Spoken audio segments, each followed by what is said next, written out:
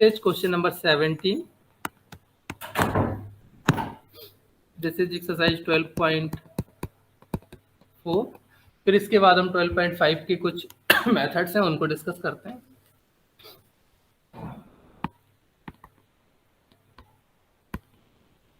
Given sphere is x minus 1 square plus y minus 2 square plus z minus 3 square equals to 1.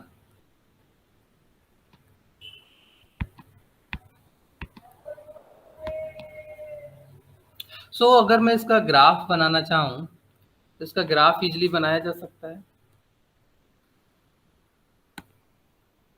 Centre at 1 2 3. 100% accurate वाला graph तो यहाँ पर नहीं बन पाएगा बिकॉज क्योंकि हम सेंटर 1 2 3 अगर पॉइंट्स देंगे तो वो हमारे पास यहाँ पर केवल एक ही जो एक्सिस सिस्टम हम दिखा रहे हैं उसके अंदर इनको रिफ्लेक्ट कर दिया है. ठीक है, तो इसके अबाउट आप एक स्फीयर बना लीजिए. ये पॉइंट है 1 2 3. The radii of this sphere is 1. तो ये ओरिजिन से पास नहीं हो रहा है कहीं पर क्योंकि ये रफली बनाया हुआ है. May be it passes through the origin और नॉट, ये मुझे नहीं पता है. सो इसके लिए मैं अभी कुछ नहीं कहूँगा कि ओरिजिन से पास होगा. वैसे तो अगर हम इसकी इक्वेशन देखें तो 100% श्योर कह सकते हैं कि ओरिजिन से पास नहीं होगा बिकॉज जैसे ही आप ओरिजिन की वैल्यू पुट करते हैं mean 0 0 0 then this is 1 square plus 2 square plus 3 square can never be 1. तो 0 से तो ये आपका ओरिजिन से पास नहीं होगा ये इस पर. ठीक है, वो इक्वेशन के थ्रू हमको यहाँ से क्लियर हो रहा है. तो ये बेसिकली क्यों, क्योंकि मेरी जो लाइन है वो अप्रॉक्सीमेटली 0 से पास हो गई, इसलिए मैं आपको ये चीज़ एक्सप्लेन कर रहा हूँ. अदरवाइज अगर ये पास नहीं होती तो इसके लिए भी कोई नीड नहीं थी. इस टाइप का कोई आपका स्फीयर है जिसके लिए आपको यहाँ पर सॉल्व करना है. अच्छा, अब एक इम्पॉर्टेंट पॉइंट ये है कि अगर आप स्फीयर कहीं पर भी कंसीडर करते हैं, अब आप सेंटर्स और उन सबको भूल जाइए, आप स्फीयर कहीं पर भी कंसीडर करते हैं तो स्फीयर आपके पास अगर आप उसको ओरिजिन की शिफ्ट करने की बात करें, अगर ओरिजिन को आप शिफ्ट करने की बात करें, सपोज मैंने ओरिजिन शिफ्ट कर लिया है एट द पॉइंट 1 2 3, देन मेरा जो स्फीयर है वो इक्वली ईच ऑक्टेंट के अंदर अपना वॉल्यूम ऑक्यूपाई कर रहा होगा. जो मेरे पास स्फीयर है उसका जो वॉल्यूम है उसको मैं इक्वली हर एक ऑक्टेंट में सेम ही ऑब्टेन कर रहा हूँ because this figure is symmetric about all axis.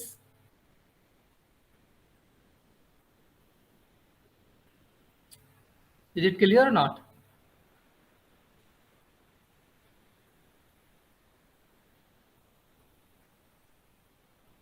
क्यों भाई, अगर मेरे पास ये जो एक्सिस सिस्टम है यानी उसको मैं ओरिजिन को एट 1 2 3 शिफ्ट कर लेता हूँ. ट्रांसलेशन आपने किया होगा, आपने 10+2 लेवल पर भी कोऑर्डिनेट ज्योमेट्री के अंदर ट्रांसलेशन किया है पॉइंट्स का. सो बेसिकली जस्ट वही हम यहाँ पर देख रहे हैं कि अगर मेरे पास ये एक्सिस सिस्टम बन जाता है तो इस एक्सिस सिस्टम के, दिस न्यू एक्सिस सिस्टम के कॉरस्पॉन्डिंग जो आपके पास अब स्फीयर है ये हर एक ऑक्टेंट के अंदर इक्वली वॉल्यूम ऑक्यूपाई कर रहा होगा. उसी कॉन्सेप्ट को हम यहाँ पर यूटिलाइज कर लेंगे. बाकी तो सिमिलर आपको सेम वैसे ही प्रोसीड करना है. सो द रिक्वायर्ड वॉल्यूम, देखिए कैसे इसको हम लिखेंगे वो थोड़ा सा देखना है. Required volume of sphere is 8 times volume of first octant. Okay, मैं अगले मार्क कर देता हूं. व्हेन ओरिजिन शिफ्टेड एट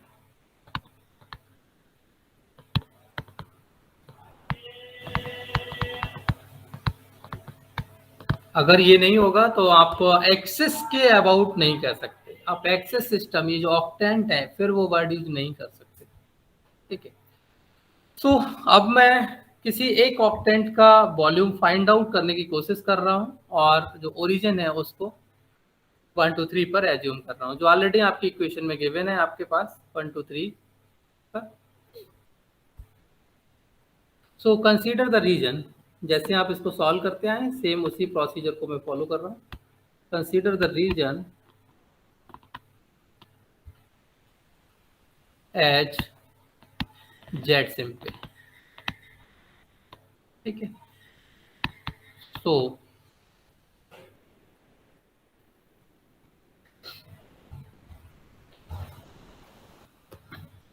अब मुझे ये बताइए कि आपने ओरिजिन को शिफ्ट कर लिया है at the point 1 2 3, then from which value your Z is varies and goes up to for which values of Z.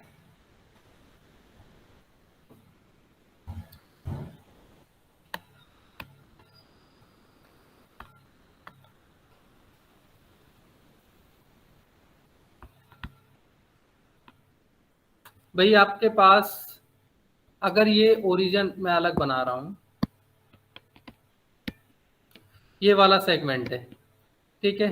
इसको आप क्या कहते हैं, ये जो प्लेन आता है, not this line, this plane means X by plane, उसको क्या कहते हैं, जेड इक्वल टू 0।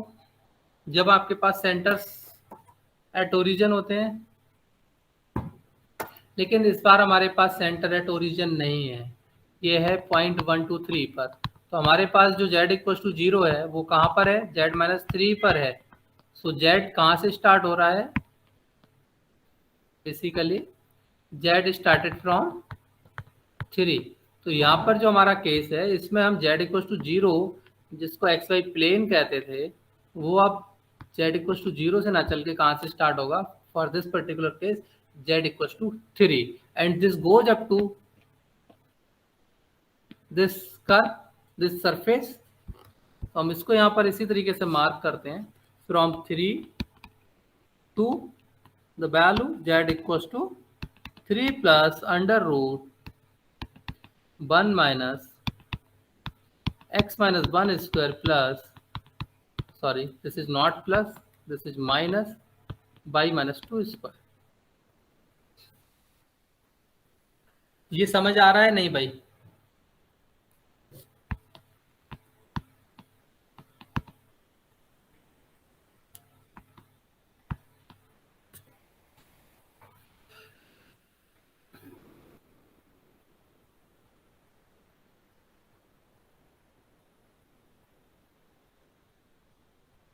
बच्चे बताइए, जो अभी मैं आपसे पूछ रहा हूँ कि जो मैंने z की वैल्यूज लिख दी हैं, ये आपको समझ आ रही है कि क्यों लिखी गई हैं या नहीं? Yes sir.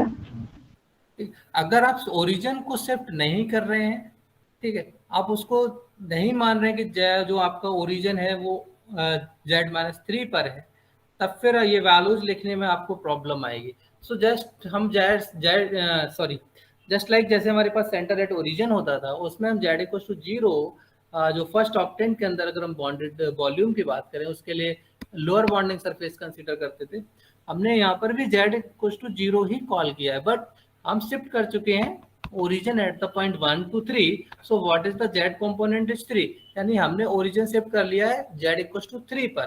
तो z equal to 3 can be written as z minus 3। इसको हम जहां पर z रखना था वहां पर हम क्या कह सकते हैं कि z माइनस 3 हमें पुट करना होगा। तो मैंने यहाँ पर इसको 0 कह दिया, तो वहां से मुझे मिल गया plane equation is z equal to 3 पर। और इसको अगर आपको थोड़ा सा समझने की कोशिश करें, तो जैसे आपने जो ओरिजिन था, ओरिजिन पर आपका एक्स वाई प्लेन आता है। अब आपने 1 2 3 पॉइंट आपका कहीं ऊपर आ रहा होगा फर्स्ट ऑक्टेंट के अंदर, आपने 1 2 3 फर्स्ट ऑक्टेंट के अंदर पहुंच गए। अब आपका जो प्लेन एक्स वाई प्लेन है, वो प्लेन बेसिकली अब आपको शिफ्ट करना है 1 2 3 पॉइंट पर। तो ऑब्वियस सी बात है कि z इक्वल टू 3 हाइट आपको अपने प्लेन को शिफ्ट कराना पड़ेगा। तो आप किसी भी तरीके से इसको समझ सकते हो। तो ये आपकी लोअर वैल्यू मिल गई। अब वैल्यू कितनी होगी, अब वैल्यू आपको इक्वेशन में गिवन है, बाकी जो भी आपका शिफ्टिंग था वो 3 का शिफ्टिंग कर दिया है। इसको आप अपनी इक्वेशन के थ्रू भी देख सकते हो कि यहाँ से आपने z की वैल्यू कंप्यूट करा दी है, ठीक है, which is square root of 1 minus x minus 1 square minus y minus 2 square and 3 on the left side with negative shifted on right, so it comes in the form plus 3 plus. तो ये z की आपकी values हो गई. अब आपको projection देखना है. प्रोजेक्शन भी सेम ऐसे ही देखना है. सेंटर आपको सेम 1 2 3 पे ही रखना है और उसी का प्रोजेक्शन आप एक्स वाई प्लेन पर देखेंगे. तो now taking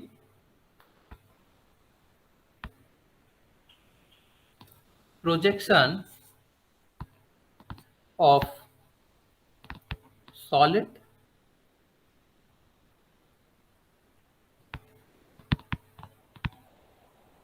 of first octant मैं यहाँ पर हर बार ये लिखना मैंडेटरी समझ रहा हूँ बिकॉज क्योंकि अगर आप इसको नहीं मेंशन करते हैं तो पूरे का पूरा आपका स्फीयर फर्स्ट ऑक्टेंट में ही होगा. तो पूरे स्फीयर का ही आपको मिल जाएगा. तो मैं यहाँ पर हर बार इसको मेंशन कर देता हूँ. Origin at 1 2 3. मैं इसको मानते हुए यहाँ पर सारा इसको फर्स्ट ऑक्टेंट का प्रोजेक्शन सॉल्व करने की कोशिश कर रहा हूँ onto X Y plane.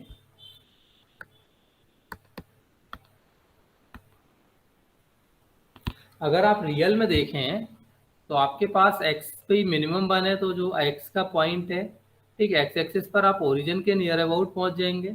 ठीक, क्योंकि स्फीयर आपके पास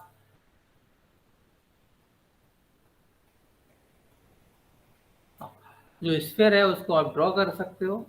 और y आपका 2 पर है तो y एक्सिस के वाली एक्सिस साइड में आपका 1 तक ही इंटरसेप्ट मिलेगा मैक्सिमम, क्योंकि रेडियाई 1 आपको दी हुई है.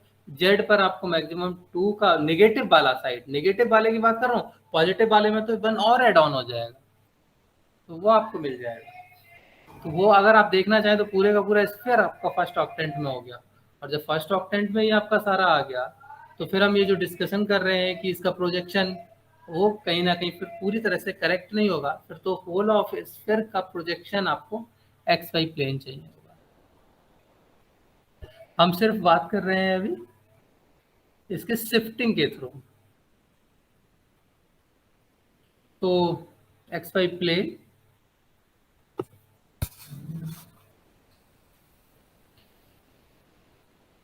अब मैं यहाँ पर मार्क फिर जैसे मैं हर बार ब्रैकेट में मार्क कर रहा हूँ यहाँ पर भी कर देता हूँ.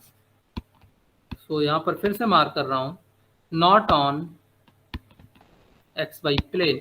इसका मतलब ये नहीं है कि हम एक्स वाई प्लेन पर नहीं, हम एक्स वाई प्लेन के जो पैरेलल हमारा प्लेन बन रहा है उस पर प्रोजेक्शन की बात कर रहे हैं. X Y plane but plane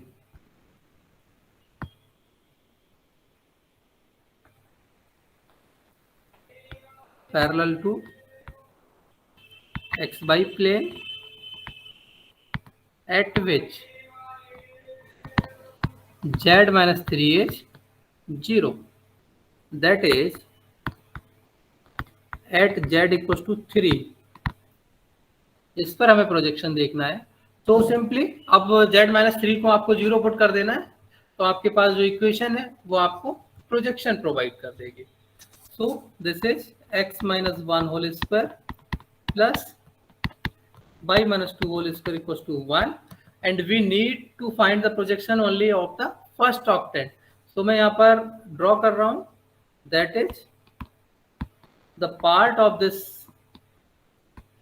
circle centered at 1, 2 is this one. This equation is x minus 1 square plus y minus 2 square is 1. So अब यहाँ से आप रीजनल इसकी रीजन की लिमिट्स डिफाइन कर सकते हैं.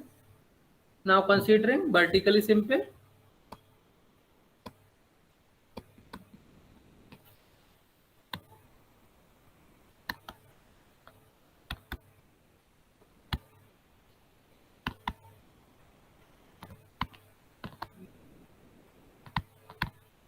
जब आप इसको वर्टिकली सिंपल करेंगे then you find variable limit for the y. जैसे आपने z के लिए लिखा है सेम वैसे ही आप लिखेंगे. Limits for y is goes from which is the minimum one 2. Y goes to 2. 2 from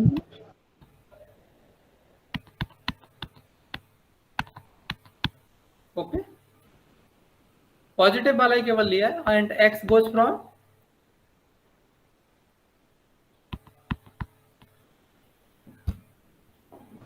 भाई रेडियस कितनी है 1 है, ठीक है, और ये पॉइंट ऑलरेडी आपने कितना ले रखा है 1, तो ये कितनी वैल्यू हो गई यहाँ पर 2, तो दिस गोज फ्रॉम 1 to 2। तो ये वैल्यूज बस आपको ठीक से समझनी चाहिए, बाकी प्रॉब्लम आपकी सिंपल है, सिर्फ यहाँ पर वही शिफ्टिंग का प्रॉब्लम था, बाकी कुछ एडिशनल यहाँ नहीं करना था, हेंस रिक्वायर्ड वॉल्यूम। इस तरह के ये क्वेश्चंस आप एक दो क्वेश्चन जरूर सॉल्व कर लीजिए, क्योंकि इनमें कंप्यूटेशंस आपकी काफ़ी लेंथी होंगी। 8 into x की वैल्यू लिख रहा हूँ, x goes from 1 to 2, then now y value, y goes from 2 to 2 plus under root 1 minus x minus 1 square, then now z value, z goes from 3 to 3 plus under root 1 minus x minus 1 square plus y minus 2 square, and आपको volume निकालना है, so this is dz dy dx।